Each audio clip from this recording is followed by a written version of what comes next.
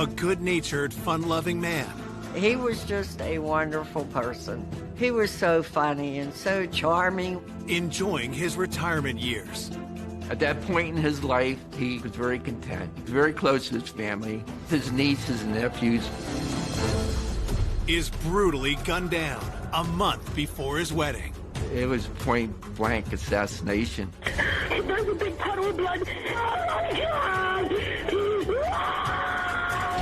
Investigators pieced together a series of clues. We had to look at what role that upcoming wedding had and what happened. They have their arguments, they had their differences. Was the scene staged to cover up an intentional killing? The investigation kept hitting dead end after dead end. And chased down multiple suspects. It was a whodunit. We were hoping for that break to come. Revealing a plot fueled by greed. He was somebody who had had a criminal history of theft and assault. Just when police are close to making an arrest, it was like he had just got smacked in the head with a baseball bat. They uncovered damning evidence pointing to a surprising suspect. You never expect anything like this. And then all of a sudden, the kill was right in front of us.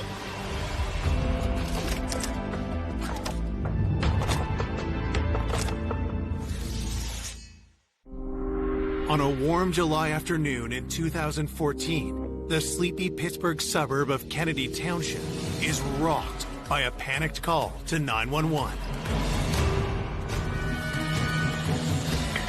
Okay, now what's going on? I just come home from work, and my husband, he's been on the ground.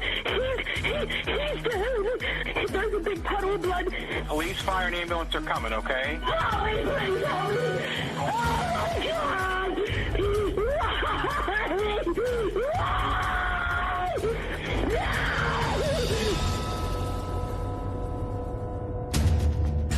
The woman who made the 911 call, Carol Lapaya, says the victim is her soon-to-be husband, 59-year-old Jack Parks.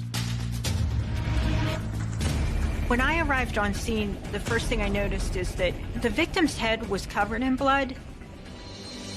It was on closer examination that you could see it was a gunshot wound. One challenge we had right out of the gate was that there was no casing or gun found. We don't move his body until it can be photographed. It was possible there was a gun underneath him that no one had seen, so we weren't 100% sure if the gunshot wound at that point had been self-inflicted or a homicide. We looked for a while.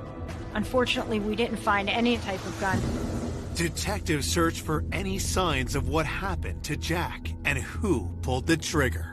It was pretty clear right off the bat that this was some type of a home invasion or robbery that occurred. It didn't look like a struggle had ensued in the room, but once you walked through the victim's house, the further you got into it, the more you realized the level of disarray it was in. And as you went into the dining room, you started to see jewelry box here, a drawer gone through here, papers rifled through. Upstairs, there was just complete disarray. The drawers were all pulled out. The clothing that was inside the drawers was strewn everywhere. Jewelry boxes flipped open, empty watch boxes laying there.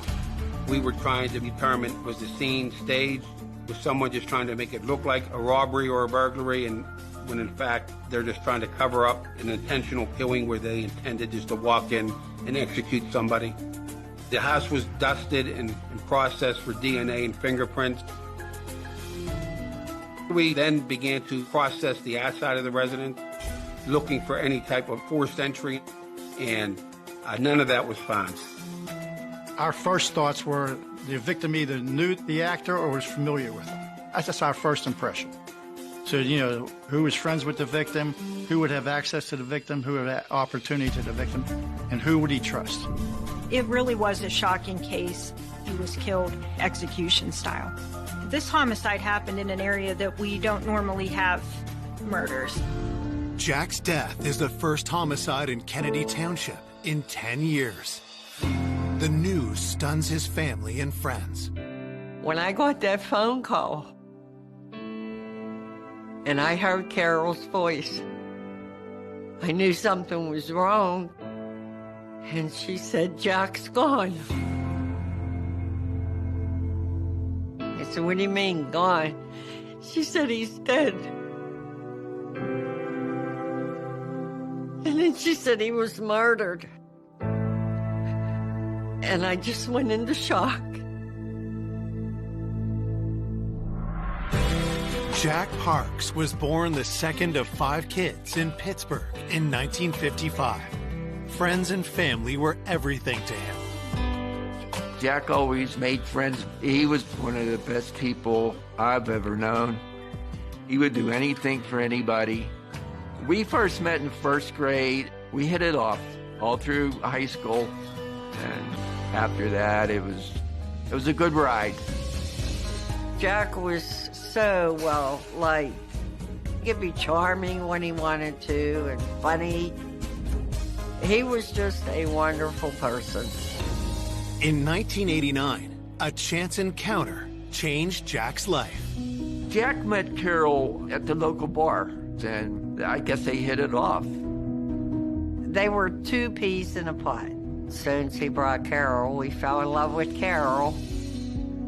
Jack was very close to his family. He had about 9 nieces and nephews.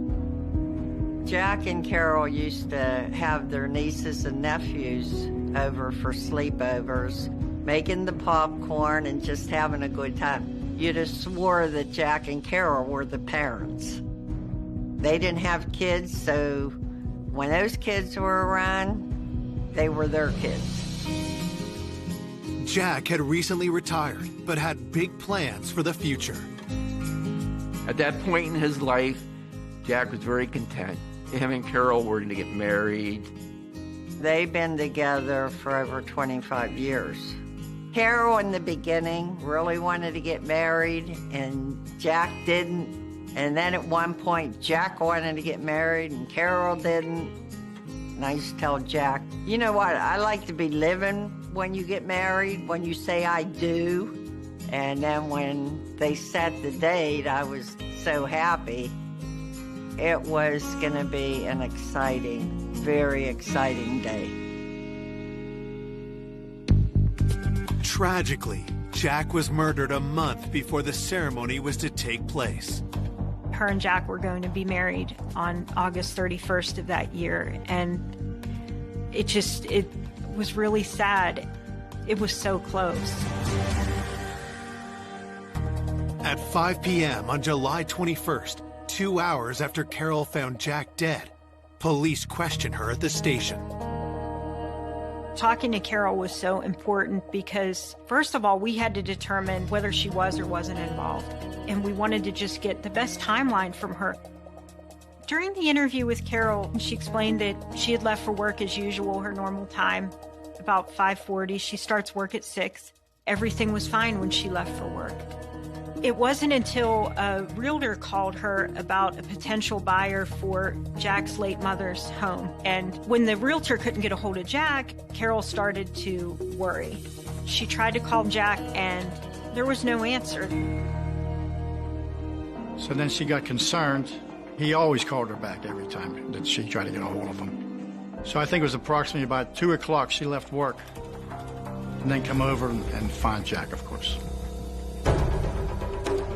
Detectives know that spouses are always the first suspect and must determine if they can trust Carol's version of events.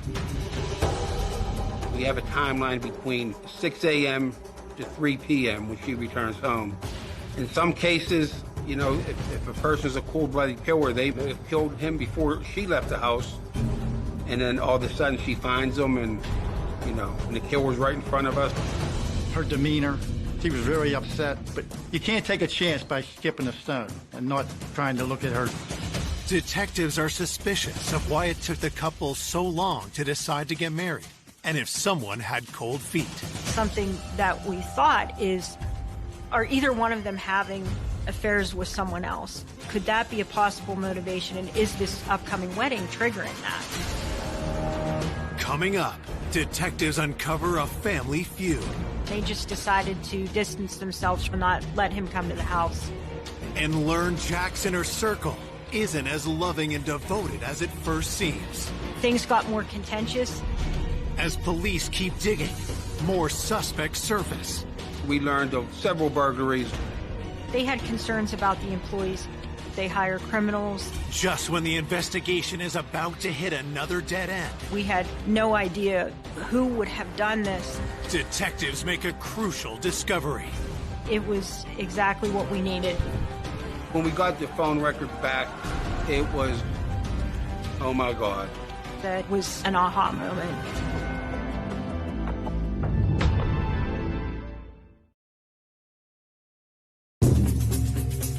Kennedy Township Police are investigating the area's first homicide in a decade. 59-year-old Jack Parks was found dead in his home by his fiancée Carol in what appears to be a robbery. But since there was no forced entry, investigators try to determine if this was actually a staged attack and if the motive was something more personal. When we interviewed Carol, we had to look at what role, if any, that upcoming wedding had in what happened. We had to start looking at every aspect of their lifestyle. What were the family dynamics? We had to chip away at a number of things in their life, things that happened that day, but also things that might have happened in the past that could be a motivation for this murder. They had their differences. They'd have their arguments, but it wasn't my point to get involved in their squabbles. We kept talking more and more about any kind of problems that they had had in their home. And I asked her, do either of them have a gun? And she said that they did not. Carol says she would never do anything to hurt the love of her life. She wanted to marry him. Jack was her soulmate. Jack and Carol, they loved each other. They felt they were already married. To everybody, they were husband and wife years before, the wedding was planned. Carol was very upset. It was very difficult to talk to her while she processed that emotion, but then to still get the information we needed to keep moving the investigation forward. To me, that was a sign that she wasn't involved. With suspicion shifting from Carol for now, investigators explore whether theft was the main motive. The bedroom was ransacked. The mattress was disturbed. Things were emptied out of drawers. Carol had indicated to me some items that should be there. Their wedding rings that they had bought. Jack collected some coins. He had some expensive watches. She indicated that the watches should be in the boxes. When we first processed the areas of disarray, none of those items were there. That was our first big clue to go off of. I knew that if we could find that jewelry, we could find who was involved. We didn't know if the person who took it might have given it to someone else, but we had to start with where is it, who has it, and how did they get it. The next morning, the autopsy report comes in. He was taken out with one shot and to the right side of his head. It took it to a level where you know that is someone who probably came there with the intent to either use that weapon to intimidate or control Jack. There was a projectile that was recovered from his skull, and we were able to determine that we were looking for this .380. So that was a good start for us. Now we knew what kind of gun we were looking for. During the victim's autopsy, you could see that there were no wounds on his hands at all. There were no scratches. There were no broken fingernails. Nothing that seemed to indicate that he had had a chance to fight back. He had been caught completely off guard. During Carol's interview, she indicated to police that Jack's nephew, Bradley Johnson, is someone they should look into. Bradley was living across the street with his mother and father, across the street from Jack. And he was always over there. And from what I understand, he was one of the last ones to see Jack alive. We made contact with Bradley, and Bradley had told us that he had gone over to Jack's house on the 21st, and he said he got there around 10:30 in the morning. Detectives find that timing suspicious. They know Jack was killed sometime between 6 a.m. and 3 p.m. that day. I asked him, I said, Bradley, what did you go over there to talk to him about? He said, well, Jack's mother had passed away, and he knew that Jack was looking to sell the home. But Bradley wanted to negotiate a deal with Jack, and he wanted to talk to Jack alone because he said, I don't want Carol weighing in on this. I want this to be a Parks family matter, and I want to discuss it with him. In his words, I didn't want her putting her 2 cents in. And that was a phrase that seemed to hint at some kind of animosity. Bradley tells investigators that he finds Carol too controlling and that she shouldn't have a say in this family decision. Jack wanted to wait until he could talk with Carol about it, which sort of defeated the purpose of why Bradley had gone there when she wasn't home. So he said he ended up leaving and they were going to revisit the conversation later. As investigators press him further, Bradley reveals an alarming fact. We did ask him about any firearms that he owned, and when Bradley told us he owned a .380 caliber pistol, it kind of was like, okay, this may be something broke bad, because now we know Carol leaves for work at 6 a.m. and Jack's alive at 10:30 because Brad's telling us he's over there. He indicated he had left about 11:15. With Bradley's timeline, it definitely seemed that Bradley was very close in time to when Jack would have been killed. And he put himself there. He had the same type of gun. Had the discussion about Jack's mother's house turned fatal? With the timing of Bradley's conversation with Jack, it made me wonder whether things got more contentious than he was alluding to in my interview with him, or did he leave there upset, or did somebody else come back and do something to Jack? It had to be looked into.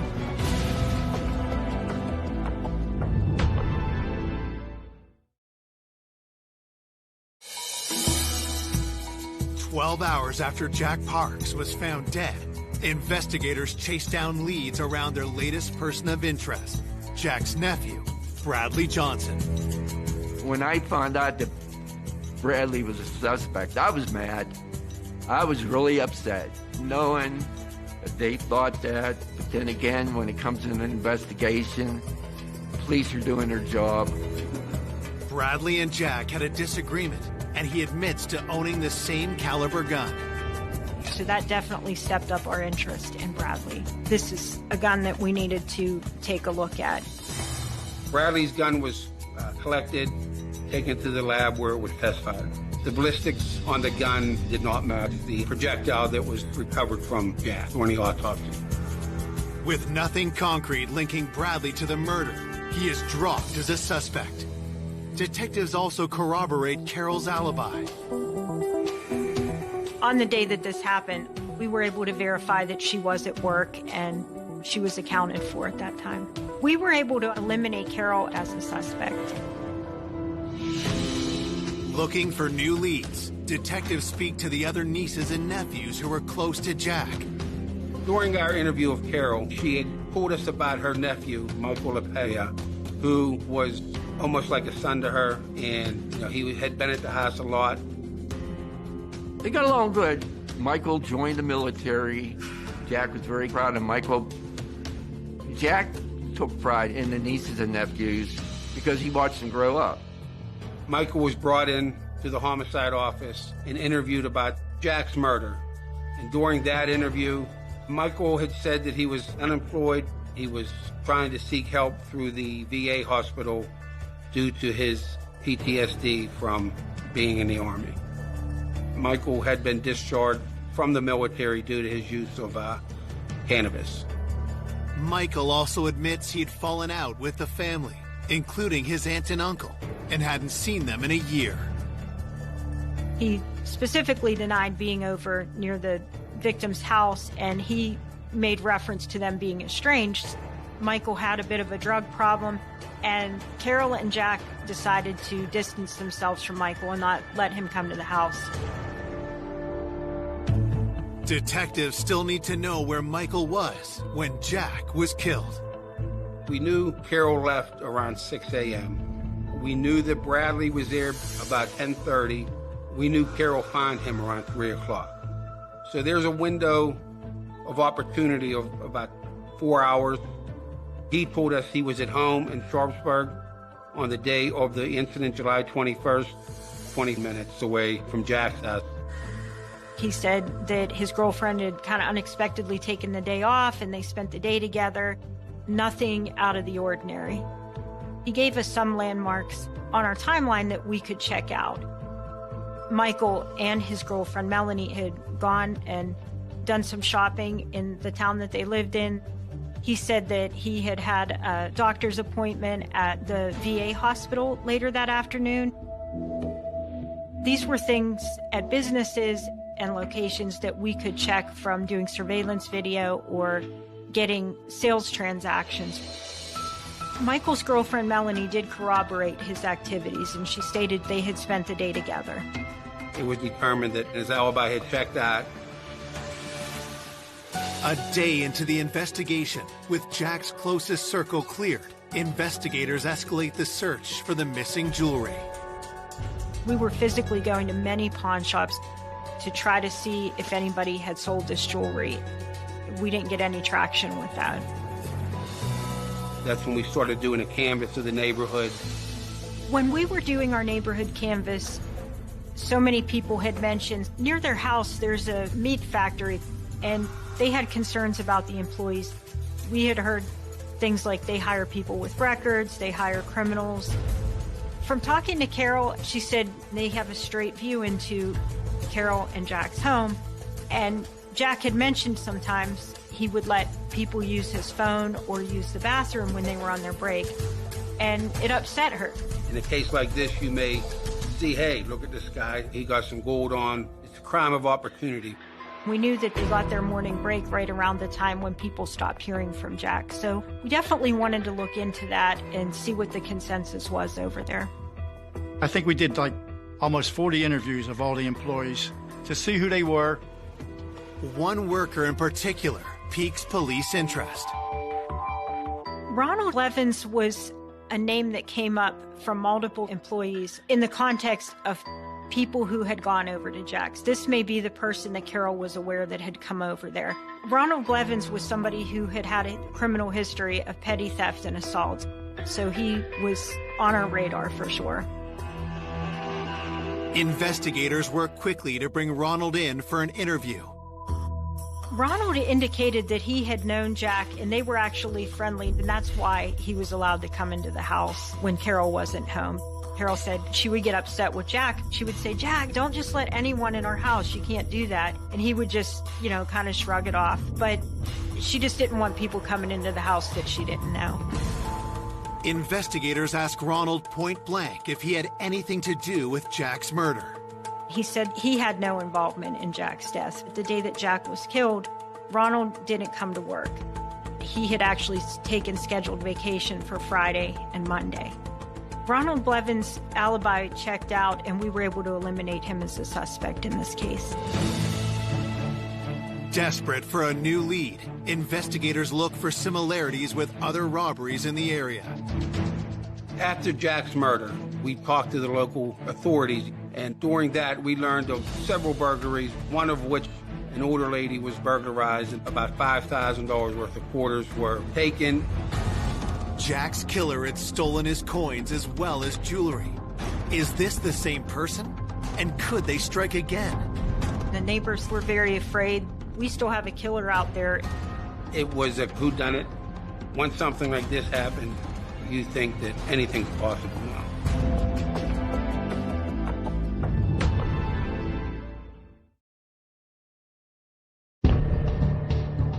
Police investigating the cold-blooded shooting of Jack Parks suspect his murder could be linked to another recent robbery in the neighborhood. We learned that during that burglary, there were some items similar to what Jack had that were taken, and it was a burglary that happened during the day, which is the timeline we were looking at in this particular incident.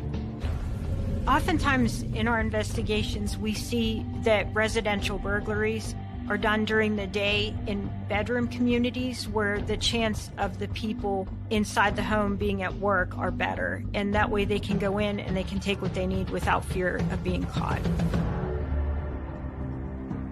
With Jack being retired and home all day, had he caught the burglar red-handed and paid the ultimate price? The neighboring police department already has a suspect in custody.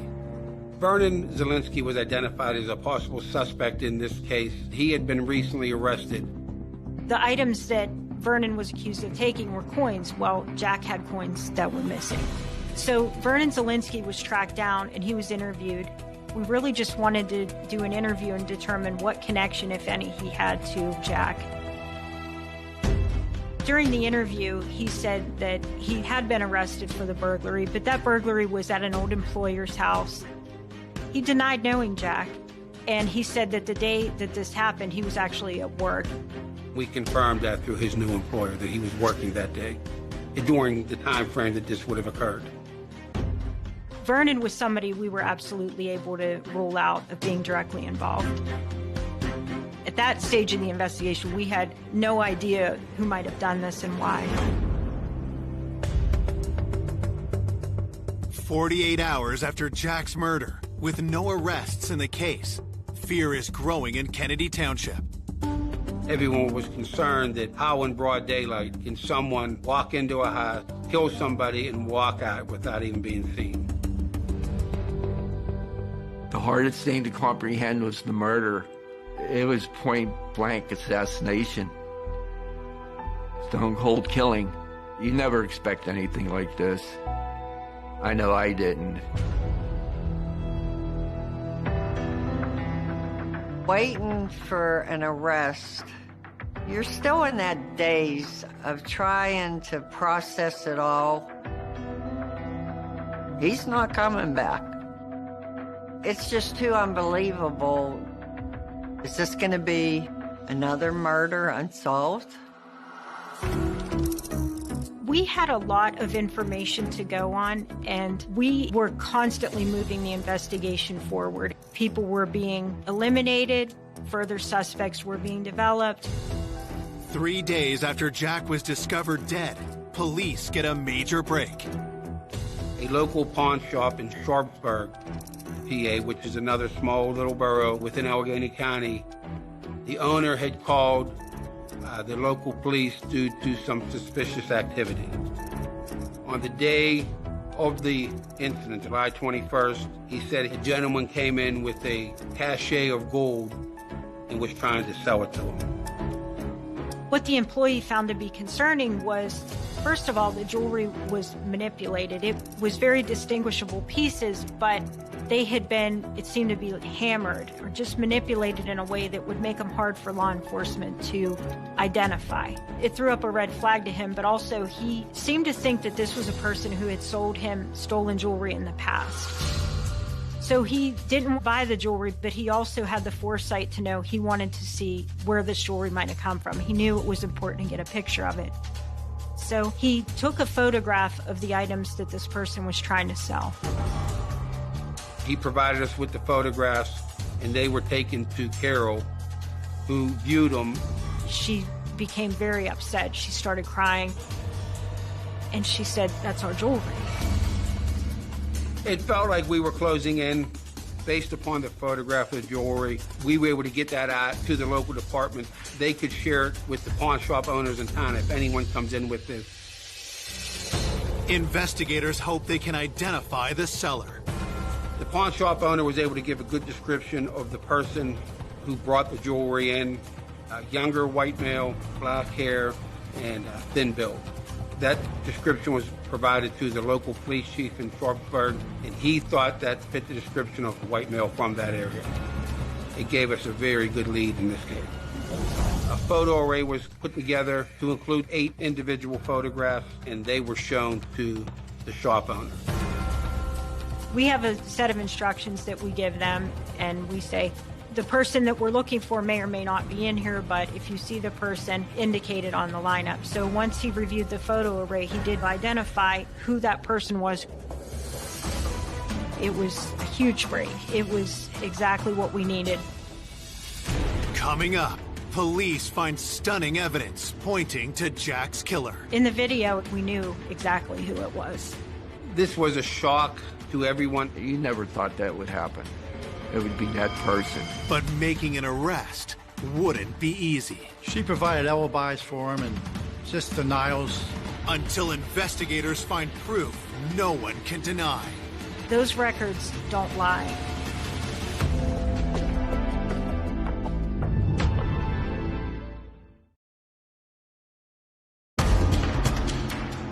Detectives have just identified the man who tried to pawn murder victim Jack Park's jewelry. His name, Brian Gibbons. He's been a known thief to the local police department. We went after that lead strong. We were feeling pretty confident that Mr. Gibbons may be our man, or at least know who our man was. We were very excited and very motivated to go find him. Brian has a long history of petty crimes, but investigators need to determine if he's a killer. 4 days after the murder, they get a warrant to search his home. Specifically, we were looking for any of the very distinguishing items that Jack Parks had. Unfortunately, we didn't find any of the victim's jewelry in the house, but we did find some items that did turn out to be stolen from someone else. Based upon the search at Mr. Gibbons' residence, we were able to arrest him and have him sent to the county jail. Investigators question Brian about Jack's missing jewelry. He said that he didn't have anything to do with it. At that point, we were trying to determine if perhaps he'd been given some jewelry to sell, that maybe he didn't know its origin and he went to go sell it. We really just wanted to see if we could come up with any connection to rule him either in or out on the homicide of Jack Parks. Brian tells detectives he doesn't know the victim and has never been to his home. He said he had no connection to Jack at all. He denied having any knowledge of the Jack Parks homicide. We asked, well, what's your alibi? And he goes, I was arrested for entering an abandoned house that day. And that was confirmed. Brian was not the killer. He had a solid alibi. It was clear that he was not the same individual who had come in to the store on that Monday that tried to sell the jewelry. The pawn shop owner mistakenly identified the wrong person. The investigation kept hitting dead end after dead end. We thought we had it, but then once we eliminated him, we took a pause. We just stepped back a minute, not start all over, but then keep everything else in perspective. While detectives hunt for new leads, Jack's loved ones struggle with their grief. Instead of looking forward to Jack's wedding, 5 days after his murder, they attend his funeral. When he told me he was going to get married, his brother and I would have stood up for him. I was proud because I was never a best man. And there I was, carrying his casket.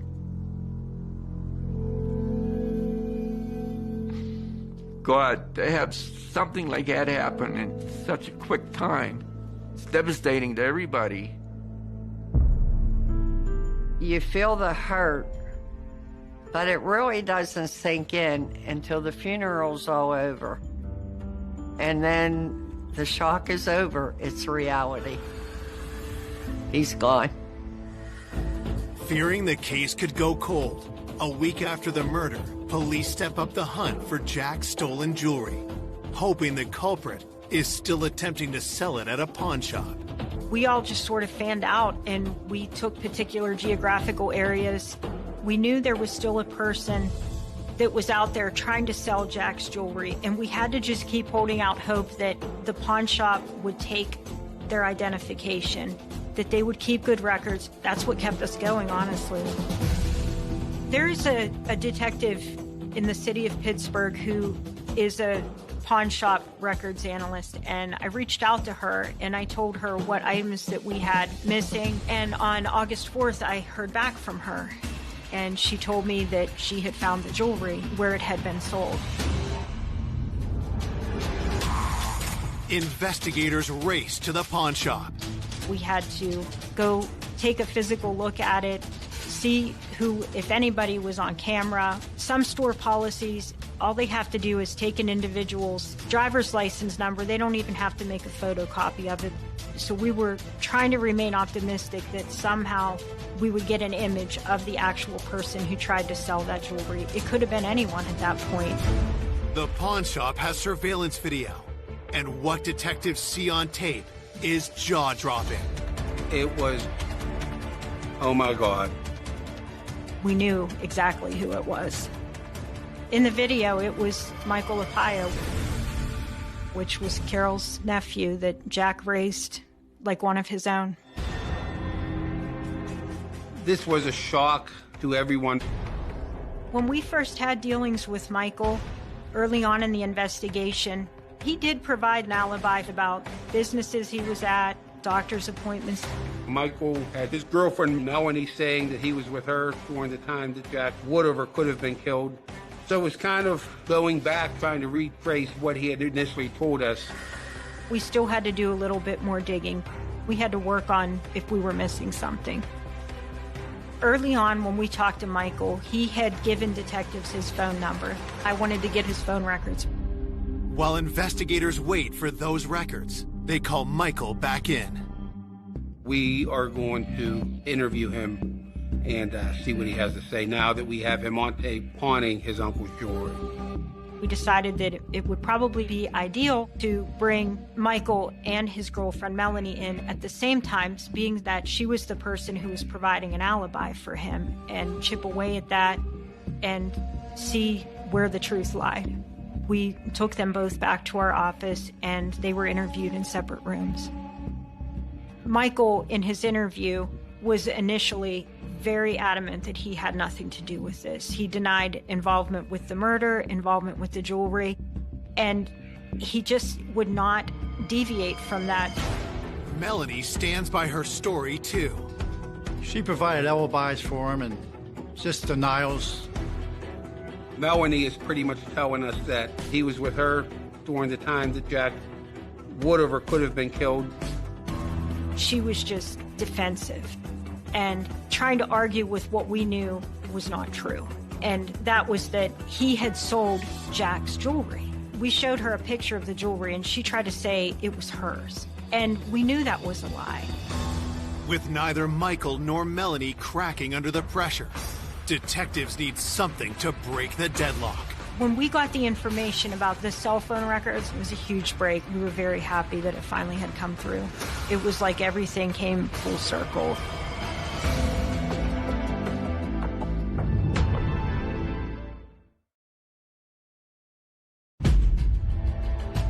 Two weeks after Jack Parks was shot to death in his own home, investigators get the break in the case they needed: incriminating cell phone GPS data. When I got Michael's phone records, I started to see where generally he spent most of his time, which was consistent with his home. He told us he was in Sharpsburg, 20 minutes away from Jack's house, on the day of the incident. Parts of his alibi checked out, cell phone data.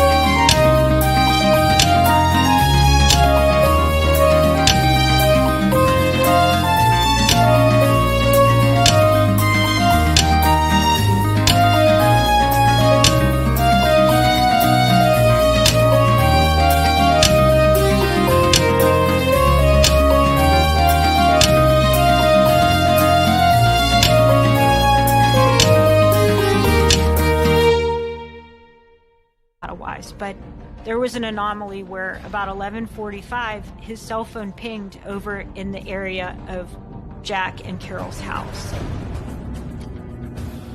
To me, the significance of 11:45 was it is in this time where Carol can't reach Jack. It would be impossible to be in Sharpsburg and your phone ping off a tower in Kennedy Township. The amount of distance between the two, it wouldn't be possible. He was not at home. He was over near his uncle's house. So 11:45, Michael's phone being over there was an aha moment. Those records don't lie. Detectives want to see how Michael will react when confronted with his own cell phone records. It was like he had just got smacked in the head with a baseball bat. He became very quiet, took a second, and he just let it all out. I was suffering from PTSD, and the morning of July 21st, I asked Mel to take a ride with me. She just drove down with me, and I parked her car. I told her to wait. She never got out of the car. She had no clue where we were going. Michael's explanation of why he went to see Jack only raises more suspicion. About a year ago, I was accused of stealing jewelry, and I wanted to make amends. I wanted to fix it. I knocked on a door to apologize and talk. At that time, he became hostile, and he choked me and swung at me. His story changed to self-defense. He had two hands around my neck, and at that time, I felt my life was threatened, and I had a pistol, .380 on me. It went off. Reconciling that just wasn't possible.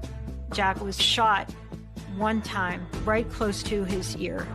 Basically, someone held a gun to his head and executed him. He fell to the floor, and I panicked. Ren grabbed jewelry, and I left.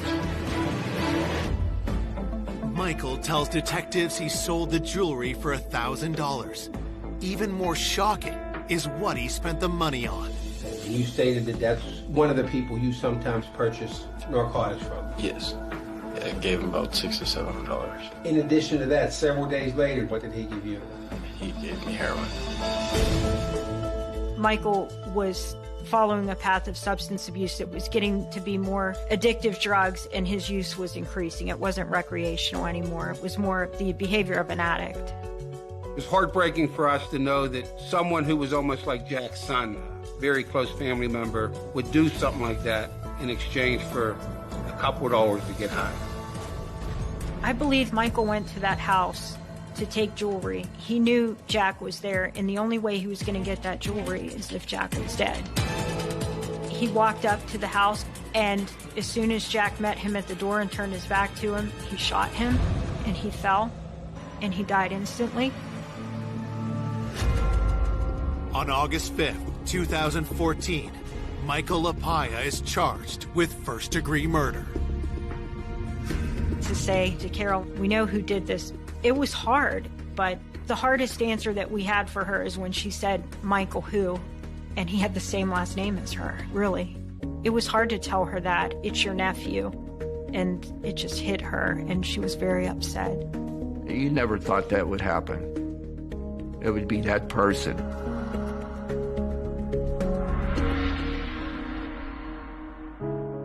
It's still to this day so hard to believe that somebody that they loved, Michael, could have done something like this. I mean, what he did, I can't describe. There's no words. At trial, Michael is found guilty. On December 9th, 2015, the 24-year-old is sentenced to life in prison. He took a loving, caring man and just executed him. There was no winners. We lost Jack. Who won? Nobody. I would never forgive him. Michael took away my best friend, my brother. He took away a lot from me. To this day, I still hate the guy. Jack will never be forgotten. In the beginning, it's hard talking about a loved one without really breaking down crying. But you continue to talk about him. You keep their memory alive. And that's how he stays with us. Every day, he's here in my mind, my heart, and my dreams. I see his face. Always smiling. I know he's flying with the angels.